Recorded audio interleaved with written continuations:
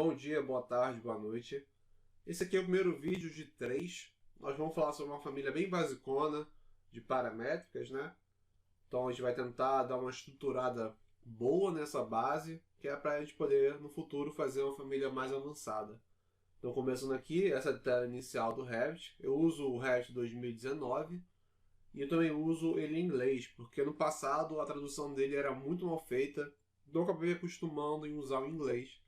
Eu tenho uma pequena base de inglês, então para mim isso não é um problema.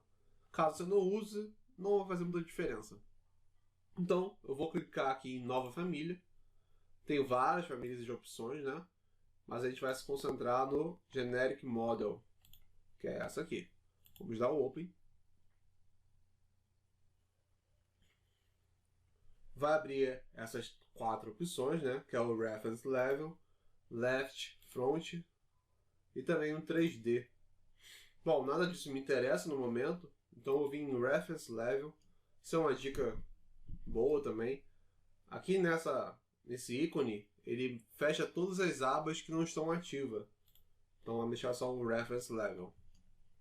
Eu utilizo muito, eu acho muito útil. Então uma boa prática é a gente usar eixos de referência ou planos de referência. No atalho eu uso o RP. Eu uso muito o atalho, que eu acho que economiza muito nosso tempo. Mas se não tiver atalho não tem problema, a gente pode vir em Create Reference Plane. Vou criar um em cima e um embaixo, de um lado e do outro,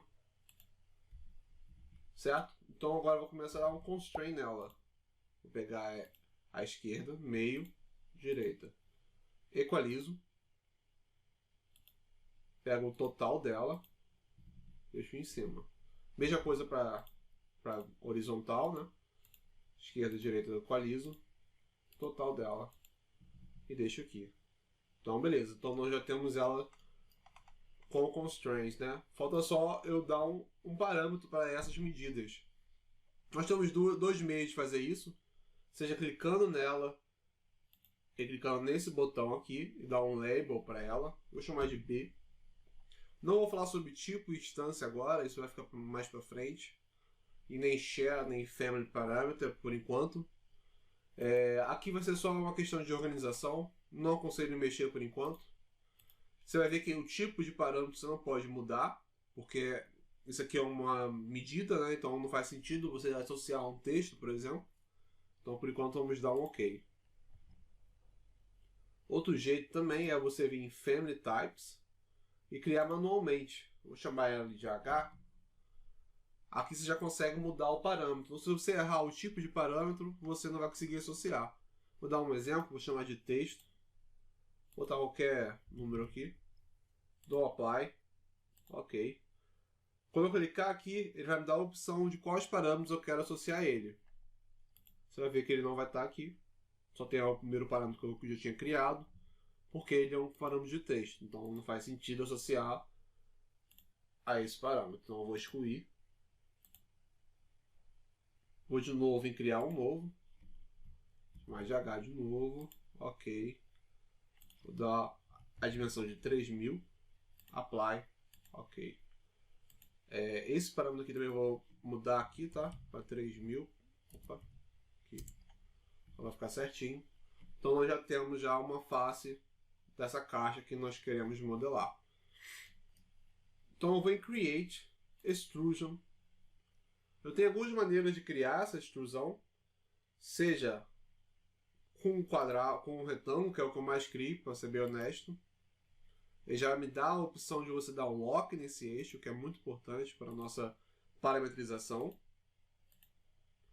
Deixa eu dar Ctrl Z aqui agora, para mostrar outra maneira também. Outra maneira é na extrusão mesmo, né? Dar um pick lines também vai funcionar para você. E dar um trim, que é o TR.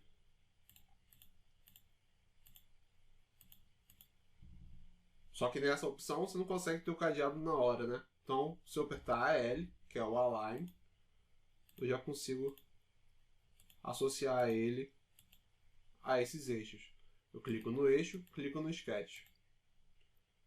Então, eu acredito que a gente associou todos os eixos, certo? Essa é uma outra opção. O Align está sempre no Modify, na Ribbon de Modify, e o Trim também, que seria esse aqui. Então eu vou dar um OK. E como é de praxe também para modelagem paramétrica, toda vez que você fizer um parâmetro, uma dimensão, você tem que testá-la. Então eu vou no 3D, que eu posso clicar aqui, ou se associar um atalho para ele, que é o que geralmente eu faço, e vou começar a mexer nos parâmetros para ver se está tudo certo. Então eu vou chamar o B de 5000.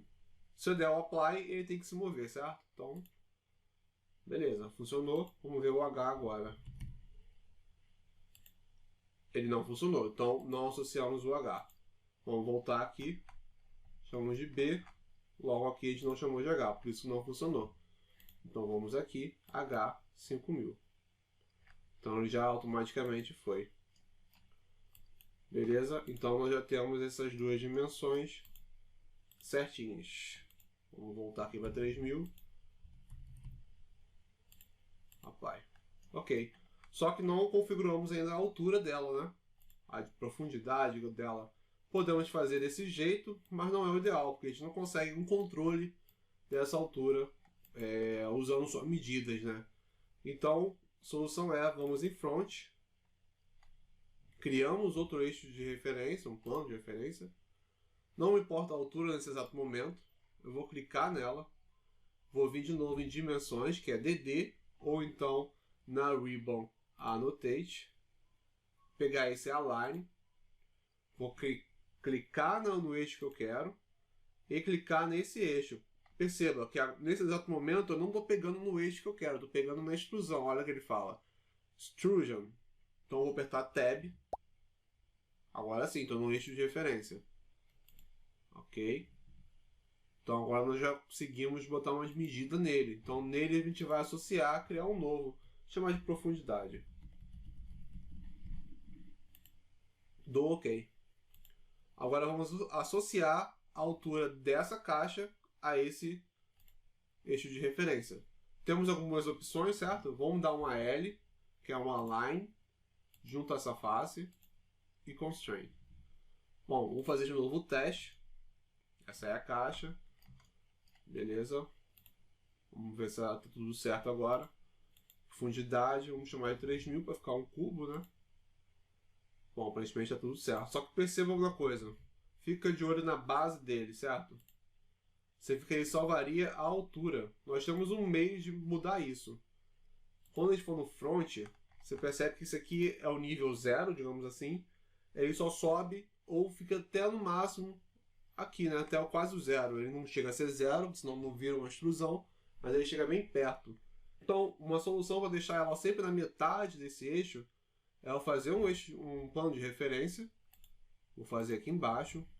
Vou pegar de novo a medida dela até o Reference Level, apertar Tab. E continuo para o próximo eixo e dou um Equalize. Ok? Vou tirar essa profundidade daqui.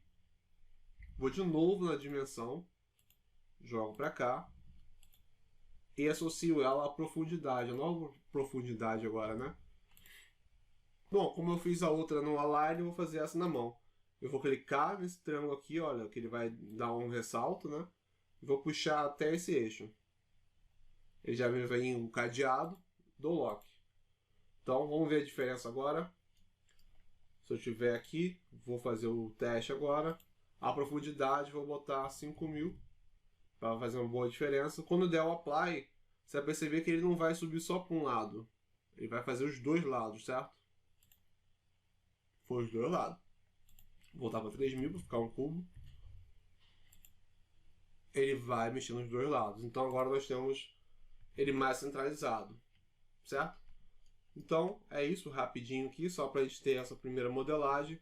Na próxima vamos ver como é que fica com um void dentro dela, com um vazio, né? E modelar de acordo com isso. Até mais, até o próximo vídeo.